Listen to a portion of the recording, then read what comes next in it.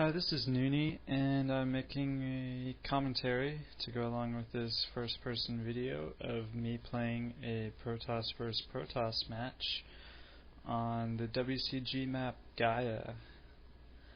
Not sure who my opponent is for this game, just some random dude. I think it's a WG Tour game from when the beta was still up. And I'm going to try to focus mainly on strategy, as is my custom, and just try to explain the decision-making process as this short game progresses.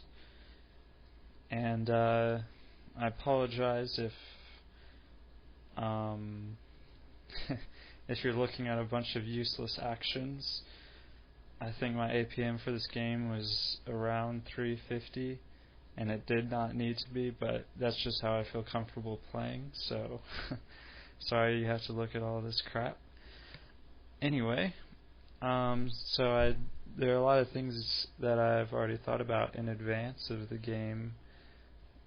In particular, I already have a strategy picked out. That's a pretty universal strategy. I don't have to change much unless my opponent is doing something crazy. So basically what I'm going to be doing in this game is heading towards a pretty big Dragoon plus Reaver attack, offensive.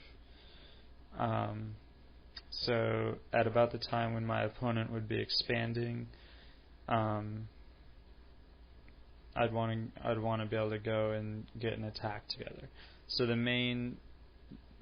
my main goal in this build will be to get a shuttle and 2 Reavers to my opponent's base, along with as many goons as possible, as quickly as possible. So that's the main goal for this build. Of course, I have to take other things into consideration, like how's my economy at the point that I'm attacking, so that follow-up is okay, and am I safe against anything that my opponent can be doing along the way. And it turns out I think the build that I'm going to do is very safe, but you don't really get to see any of the adjustments that I make, because my opponent's going to do a very standard thing. I don't need to make any adjustments at all. But maybe in another first-person video I can show a game where my opponent does something crazy, and I show how I veer off from a standard build and adjust. But anyway, so this will be very straight up. So right now I've scouted him, and like I said, he's doing a pretty standard build. I've denied him scouting by getting my zealot in place, and that's always a nice comfort, because I don't have to be thinking about how he's adjusting his build based on what he scouts. I just know that he's blind, so I can just go along with my build and not worry about him having any extra info. You can see I snagged that probe. He's too slow there to save it, but I suggest once you get 2 zealots, you go ahead and put one on the ramp, send the other out to try to kill the probe, and if your opponent runs away, no big deal. Yeah, so right now you'll basically just be seeing the build progress. You can, of course, watch this replay or this video over and over to get the exact build order, so I'm not going to be pointing out the exact build order, but do note that it is pretty precise, and that if you do it and mess it up early on, then it's probably going to be off for the rest of the game. So if you find yourself not being able to do it exactly, just watch the video more carefully and try again. Yeah, so basically the order is, the terms that I think of my build order in, is that I'm getting the 2 zealots, and then I'm getting a goon and goon range as quickly as possible, and then after that I get robotics as quickly as possible. But all along the way, I'm not cutting probes that much. I'm building probes a lot of the time, and the only time I'll cut a probe is when it's an intelligent cut. And so that's the basic idea. I need to get range early in case he does some kind of crazy rush, and I need to get robotics as fast as possible so that obviously so I can get my Reavers out as soon as I can. And I need to keep as many probes building as possible so that my economy builds up.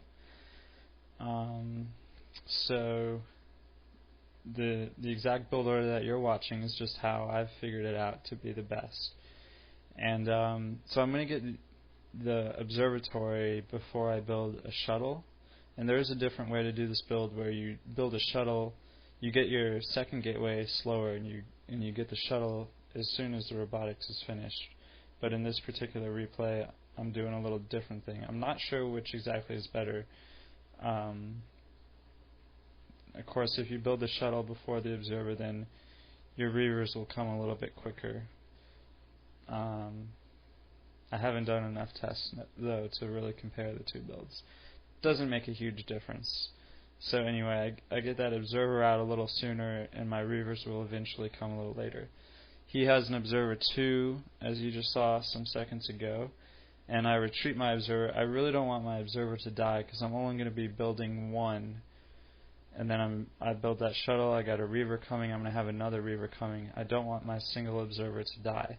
I will be able to build another observer after my second Reaver finishes, but careful with this first observer. So I bring it back, and now I'm sending it in all the way on the edge, and I'm trying to get a scout to see, is he making Reavers too, or is he just observers and goons? And I get that observer in there, as we'll go see his base, and we see that 3-gate goon, no robotics support bay, and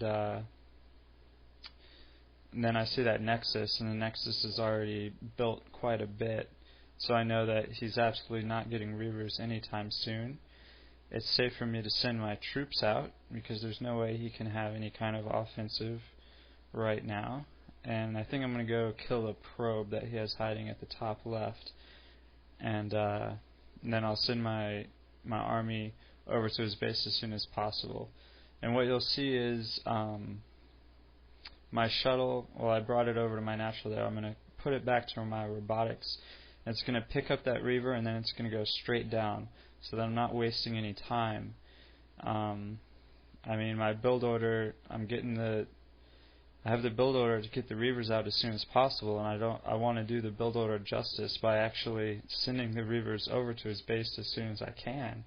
So that's how I have it set up. And with these positions, it's a very short ride through the air for the Reaver to get there. And now, the positioning that I'm going to do with my troops is key here. You'll see where I land the Reaver and how I move the goons in to protect it. And it makes this Reaver siege, as I call it, very, very easy. Doesn't take much micro with these kind of positioning. So, you see how there's nothing he can do, really. My goons are protecting, the Reavers are still getting off shots consistently, and without his Reavers of his own, there's nothing he can do. And it's a pretty easy win with this build order. So, GG.